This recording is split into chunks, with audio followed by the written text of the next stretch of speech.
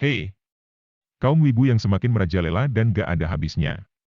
Ini adalah alur cerita anime yang sangat keren, dengan judul Grisaya no Kajitsu. Ceritanya itu anime ini menceritakan tentang seorang agen rahasia yang pengen ngerasain hidup normal, tapi malah terus hanyut dalam masalah-masalah internal dari orang-orang di sekitarnya. By the way, aku Robin, dan yuk, langsung aja kalian dengerin alur filmnya. Tapi sebelum itu, karena channel ini masih baru, kalian bantu share, like, dan subscribe ya biar kaum wibu semakin di depan. Nani? Seri ini disutradarai oleh Tensho, menjadikan Grisaya sebagai proyek debutnya dalam mengadaptasi novel visual. Skripnya ditulis oleh Hideyuki Kurata yang sebelumnya menangani The World God Only Knows dalam peran yang sama. Ceritanya diawali dengan adegan karakter utama kita yang bernama Yuji Kazami, yang sedang diinterogasi oleh petugas kepolisian. Nah, dia itu dicurigai sebagai teroris karena dia itu enggak punya sanak saudara dan tujuan yang jelas di kota tersebut. Padahal sebenarnya dia adalah seorang anggota organisasi khusus milik Kemenham yang memutuskan untuk pindah ke pinggiran kota. Terus akhirnya Yuji Kazami pun dibebaskan setelah atasannya menelpon kantor polisi tersebut. Dan setelah keluar dari kantor polisi itu, Yuji kemudian dijemput oleh Chizuru Tachibana yang merupakan kepala sekolah dari Akademi Mihama, yaitu sebuah akademik khusus yang isinya hanya orang-orang dari golongan elit aja.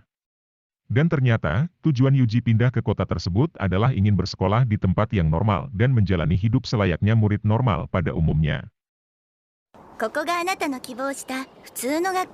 Yuji ini tuh awalnya merasa aneh dengan suasana akademi tersebut yang terkesan tertutup dan sepi banget. Apalagi muridnya juga cuma 6 orang termasuk si Yuji. Dan semuanya adalah perempuan. Walaupun terlihat seperti sekolah normal biasa, tapi Yuji tetap waspada dengan apa yang akan dihadapinya di sekolah itu. Namun Chizuru meyakinkannya bahwa sekolah tersebut adalah sekolah yang normal dan cocok untuk Yuji.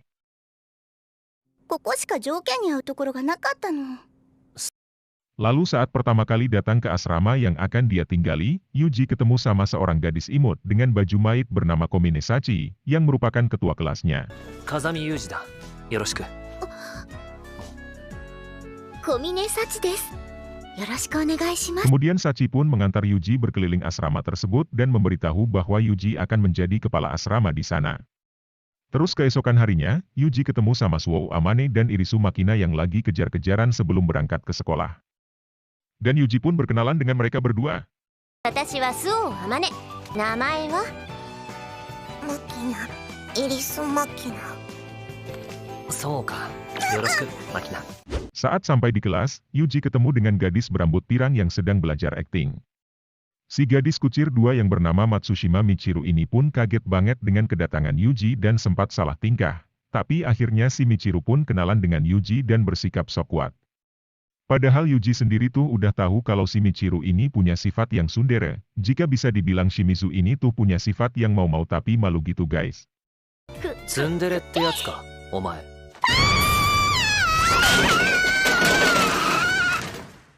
Singkat cerita, akhirnya sekolah pun dimulai. Namun, salah satu murid yang bernama Sakaki Yumiko belum hadir di kelas itu. Ternyata belakangan ini Yumiko tuh sering banget telat dan datang ketika hari sudah hampir sore. Lalu setelah dengar hal itu, Yuji pun merasa tertarik dan ingin mengetahui lebih jauh tentang Yumiko. Sepulang sekolah, Yuji diajak berkeliling oleh Sachi untuk melihat-lihat fasilitas sekolah. Kemudian setelah selesai, dia jadi ingin tinggal lebih lama di sekolah untuk menyapa Sakaki Yumiko murid yang belum ditemuinya. Yo, Sakaki Yumiko ka? Ore wa Kazami Yuji. Namun sayang, pertemuan pertamanya dengan Yumiko itu enggak berjalan dengan mulus, dan malah berakhir dengan adegan Yumiko yang berusaha menyerang Yuji dengan sebuah pisau cutter. Tapi, Yuji sanggup menghalau serangan itu dengan tenang dan ngebikin Yumiko kaget. Sesampainya di asrama, Yuji curiga. Waktu ngelihat kalau selotip yang ditempel di pintu kamar tuh udah sobek. Melihat hal itu, Yuji langsung tahu kalau ada seseorang yang udah masuk dan mencoba menyusup ke dalam kamarnya. Lalu, tanpa basa-basi lagi, Yuji pun membuka pintu kamarnya dan melihat 2 benda besar tapi bukan tekad miliki Amane. Oh, Amane, teruslah membulat. Oke lanjut. Ternyata, di dalam kamarnya tuh si Amane lagi ganti pakaian. Tapi bukannya malu atau gimana, si Amane ini tuh malah santai aja buat lepas-lepas semua bajunya di depan Yuji. Kenapa bukan aku yang di sana? Bukannya panik atau gimana? Main karakter kita di sini pun kalem aja dan santai dengan pemandangan indah yang ada di depannya, malahan Yuji itu sempat ngomentarin semangkanya Amane yang montok dengan wajah datar tanpa ekspresi. Kan anjir banget tuh, Kek udah sering mainin semangka muda ya kan? Singkat cerita mereka berdua pun sempat ngobrol bentar, dan Amane dapat info dari Yuji kalau dia tuh dulu sempat punya kakak bernama Kazuki, yang sekarang udah meninggal. 姉さんの名前は Kazuki. Saat itu juga, wajah Amane langsung berubah setelah dengar nama kakaknya Yuji. なぜそんなことを聞く？別にただの興味本位。 Besoknya Yuji kembali diserang oleh Yumiko, waktu lagi berjalan ke kelas. Tapi, lagi-lagi si Yuji bisa menghindar dan bikin Yumiko jadi kesal. Namun Yumiko ini masih belum menyerah buat celakain Yuji. Bahkan dia tuh enggak punya rasa bersalah sama sekali.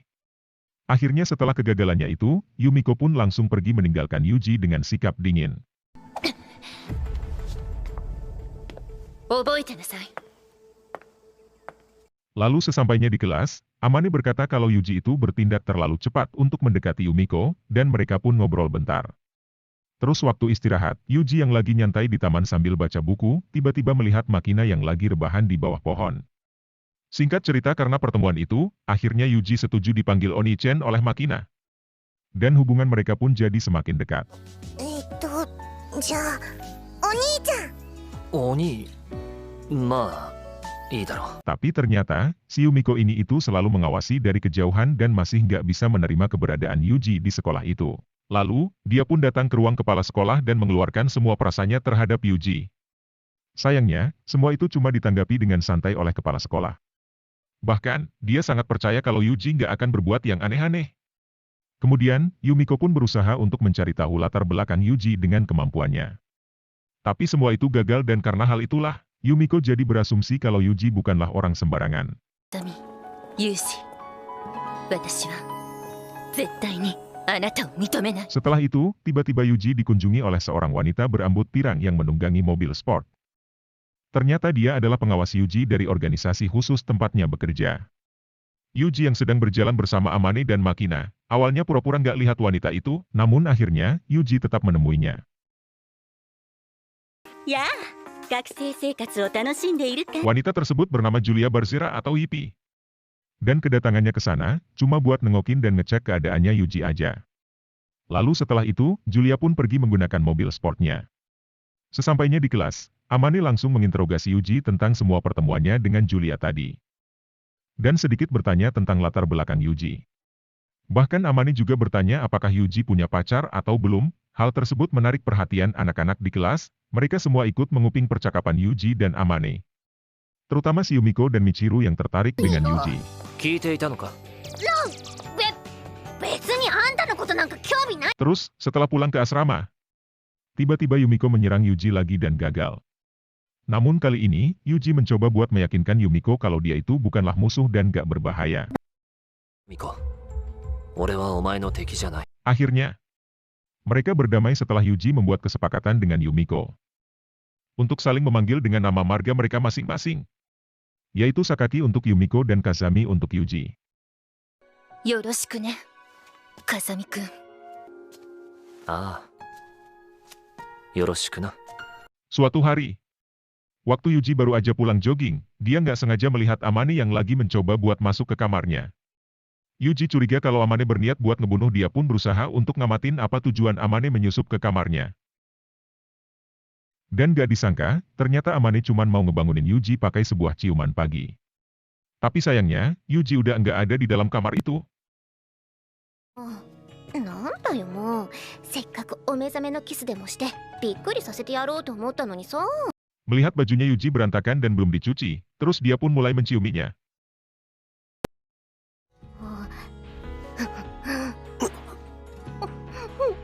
なんか微妙に男臭い。 Karena Amane belum sadar sama kehadiran Yuji lagi ngintipin dia di kamar, si Amane pun lanjutin kegiatannya dan lompat ke kasur Yuji sambil meluk-meluk bantalnya. Lalu, waktu si Amane lagi engas berat di kasur sambil bayangin Yuji, tiba-tiba si Yuji langsung masuk kamar dan mengambil minuman di kulkas. Kemudian Amane yang kaget pun langsung malu dan panik saat itu juga. もう嘘。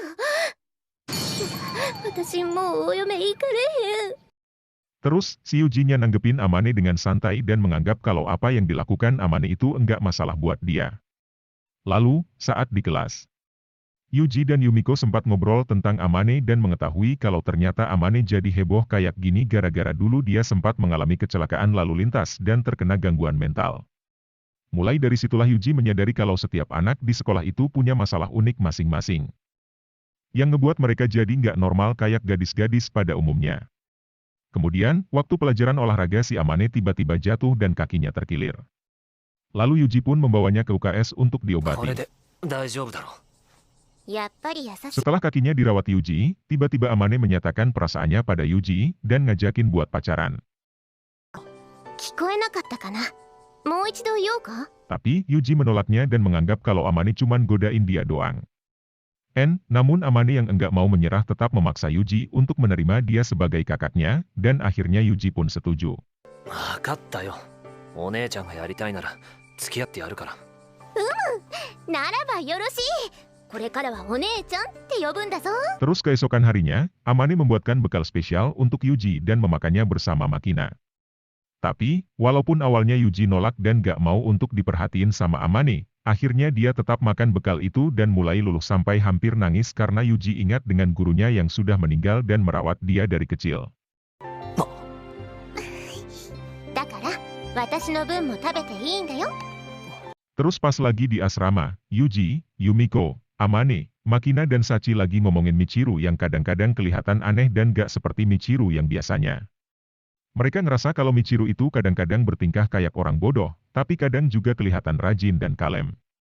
Hal itu ngebuat mereka jadi curiga dan penasaran sama apa yang terjadi pada Michiru sebenarnya. ひとたびそのベールを脱げば悪魔が飛び出してみんなを一人一人血祭りにあげるのよ。 Lalu, malamnya tiba-tiba mati lampu, dan Yumiko teriak-teriak kaget karena dia dengar suara aneh dari kamar Michiru. Dan gak lama setelah itu, Michiru keluar dari kamarnya sambil berjalan kayak zombie. Yumiko yang ketakutan pun kembali tenang setelah ditemenin sama Yuji, kemudian mereka pun kembali tidur dan ninggalin Michiru yang masih sleepwalking. おやすみなさい。あ、風邪をひかないようにな、ユーミ。 Besoknya, saat mereka udah pulang ke asrama, tiba-tiba Michiru bertingkah aneh dan lari ke taman. Yuji yang merasa khawatir sama keadaan Michiru pun mencoba buat mengejarnya, tapi Michiru malah mengusir Yuji dan lari meninggalkan dia. いいの。ユージが放っといてくれないなら私がどっかへ行く。 Namun Yuji tetap mengikutinya dan berjalan ke tempat favorit Michiru, yaitu di tepi pantai. Tapi Yuji kaget banget waktu tahu kalau Michiru yang ada di hadapannya bukanlah Michiru yang biasanya, karena sifat karakter dan cara dia bicara itu beda banget sama Michiru yang dia kenal. 私は恋人を作ったことがないからどんなものか興味があるのよ。 Bahkan, Yuji sempat dicium oleh si Michiru itu. Tapi, setelah Michiru sadar, dia lupa dan gak inget apa yang barusan dia lakuin ke Yuji. えお Akhirnya, Yuji pun paham kalau Michiru ini punya kepribadian ganda dan sifat yang berbeda saat menjadi dirinya yang lain. Lalu, Michiru langsung kabur dan lari dari Yuji setelah hampir dicium oleh Yuji. Tapi sayangnya, karena Michiru panik, dia jadi malas main sama kucing liar kesayangannya itu. やめて。今はそれどころじゃ。 Akhirnya, si kucing pun kabur dan menghilang. Kemudian, karena Michiru merasa bersalah, akhirnya dia mencari kucing itu kemana-mana bersama Yuji. Namun naas, Yuji menemukan kucing itu telah tergeletak dan hampir mati karena ditabrak oleh kendaraan di pinggir jalan. Michiru yang melihat empus kesayangannya udah sakaratul maut itu pun langsung kena mental.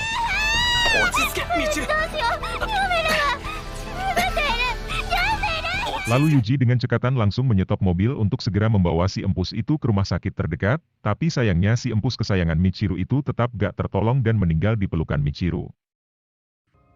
お願い行かないで。 Setelah balik ke asrama, Yuji nemuin Michiru yang lagi overdosis obat-obatan di kamarnya dan langsung membawanya ke klinik sekolahan. Untungnya, obat-obatan yang diminum Michiru itu enggak berbahaya. Keesokan harinya saat keluar kamar, Yuji disambut oleh Michiru yang sudah ceria lagi kayak enggak terjadi apa-apa. Namun Yuji enggak percaya begitu aja. あんたたちが心配しないようにミチル様健在ってところをアピッとかな。 Dia pun menemui Michiru di atap sekolah dan menanyakan di mana Michiru yang asli. Dan ternyata, dugaan Yuji benar. Michiru yang di depannya saat ini bukanlah Michiru yang asli, dan dia pun berkata bahwa Michiru yang asli itu udah nggak ada. Waduh, sebenarnya apa sih yang terjadi dengan Michiru yang asli? Tungguin video lanjutannya ya. Makanya subscribe biar tahu kalau aku udah update.